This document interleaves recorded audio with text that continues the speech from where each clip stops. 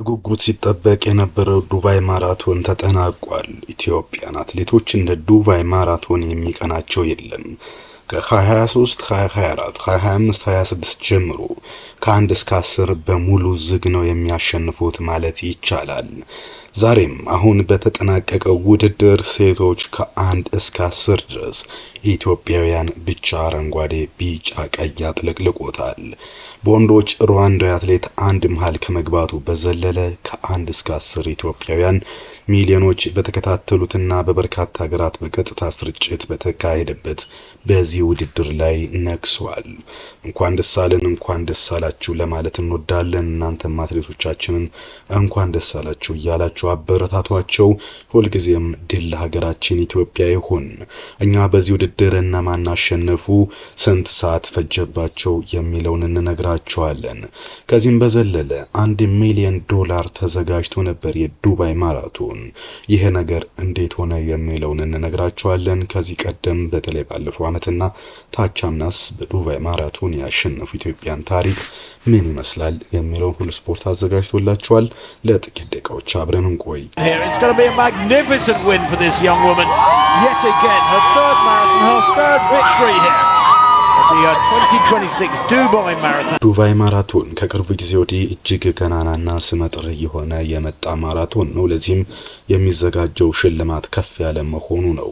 ዘንድሮም ክብረ ወሰን ለሚያሻሽል $1 ሚሊዮን አዘጋጅቶ ነበር ዱባይ ማራቶን።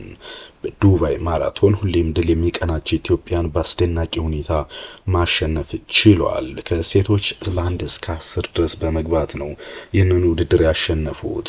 አንችናሉ ደሴ ነች በአንደኝነት ውድድሩን ያጠናቀቀችው። የፈጀባት ሰዓትም 2:18:31 ሆኖ ተመዝግቧል።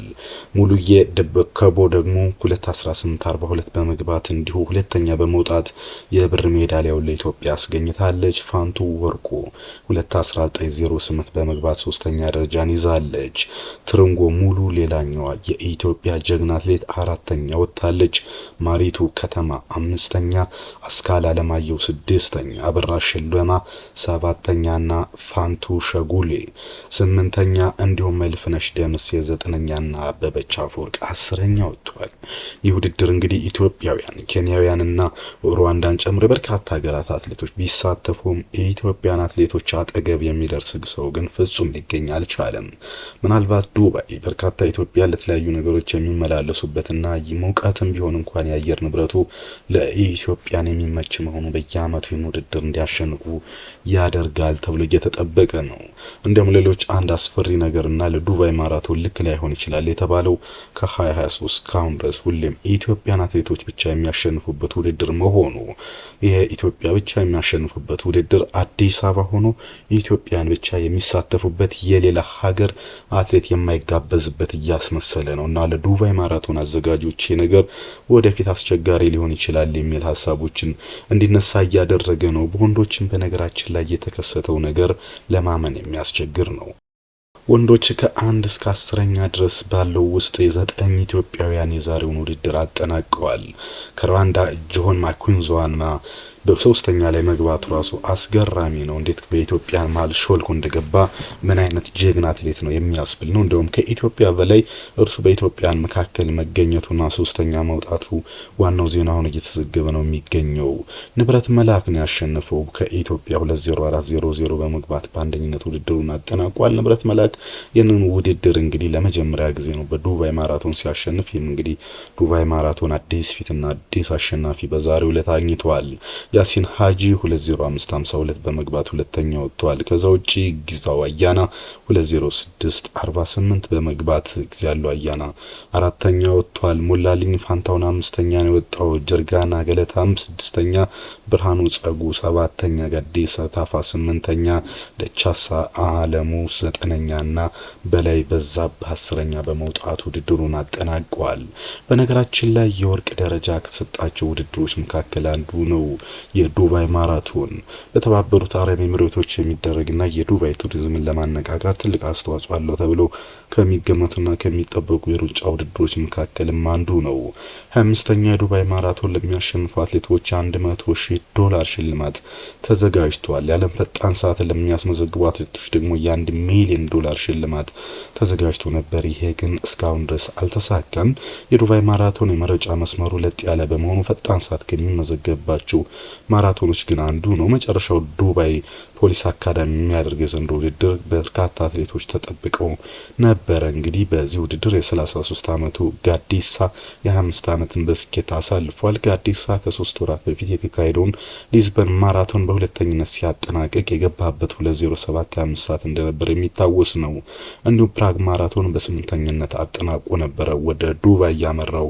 ጋዲሳ እንግዲህ ይሁንና ግን ባልተጠበቀ ሁኔታ 8ኛ ደረጃን በመያዝ ውድድሩን አጠናቋል ማለት ነው። ጋዲሳ የ23 ማራቶን የሲቪያ ማራቶንም እንዲሁ አሸናፊ ነበር። የኮፐንሃገን እንዲሁ በተመሳሳይ ማለት ነው። ብርሃኑ ጸጋም እንግዲህ ዋና ግምት ከተሰጣቸው አትሌቶች መካከል አንዱ ነበር። ባለፈው ዓመት የዱባይ ማራቶን ሁለተኛው ሲያጠናቅቅ የገባበት 2:05:14 ነበረ።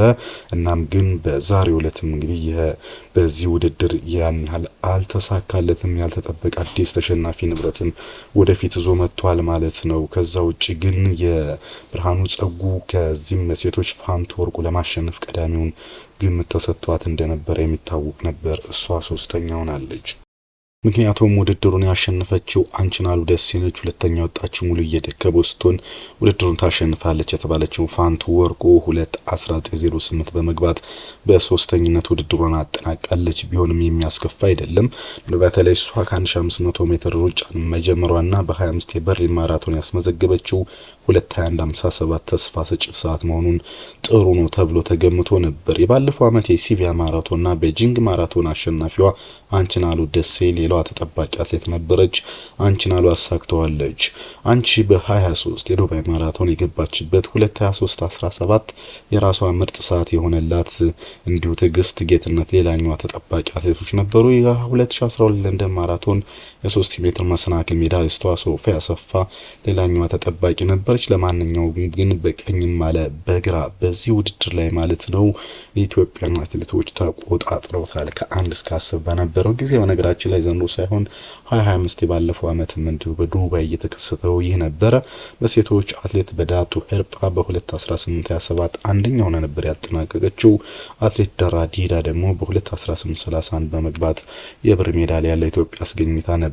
በነገራችን ላይ ደራ ዲዳ ማለት የአትሌት ታምራት ቶላ ፓሪስ ኦሎምፒክ ጀግናው ሜዳሊስት ባለቤት እንደሆነች የሚታወቅ ነው። አብዲሳ ቶላም እንዲሁ በዱባይ ማራቶን 2023 ላይ ማሸነፉን እናስታውሳለን። የታምራት ወንድም ስለዚህ የሜዳሊያ ቤተሰብ ነው ብለን ልንወስዳቸው እንችላለን። ከዛ ውጪ አምና በሴቶች አትሌት ትግስት ግርማ በ2:45 በመግባት 3ኛ ደረጃን በመያዝ ማጠናቀቅ ችለው ነበር። በወንዶች ምድብ አትሌት ቡቴ ገመቹ በ2:04:50 በመግባት አምና በአንደኝነት ነበር ያጠናቀቀው። አትሌት ብርሃኑ ጸጉ በ2:05:14 በመግባት ሁለተኛ ደረጃን ይዞ ነበር። አትሌት ሽፈራ ታምሩ በ2:05:25 በመግባት 3ኛ ደረጃን በመያዝ ውድድራቸውን አምና አጠናቀው ነበረ።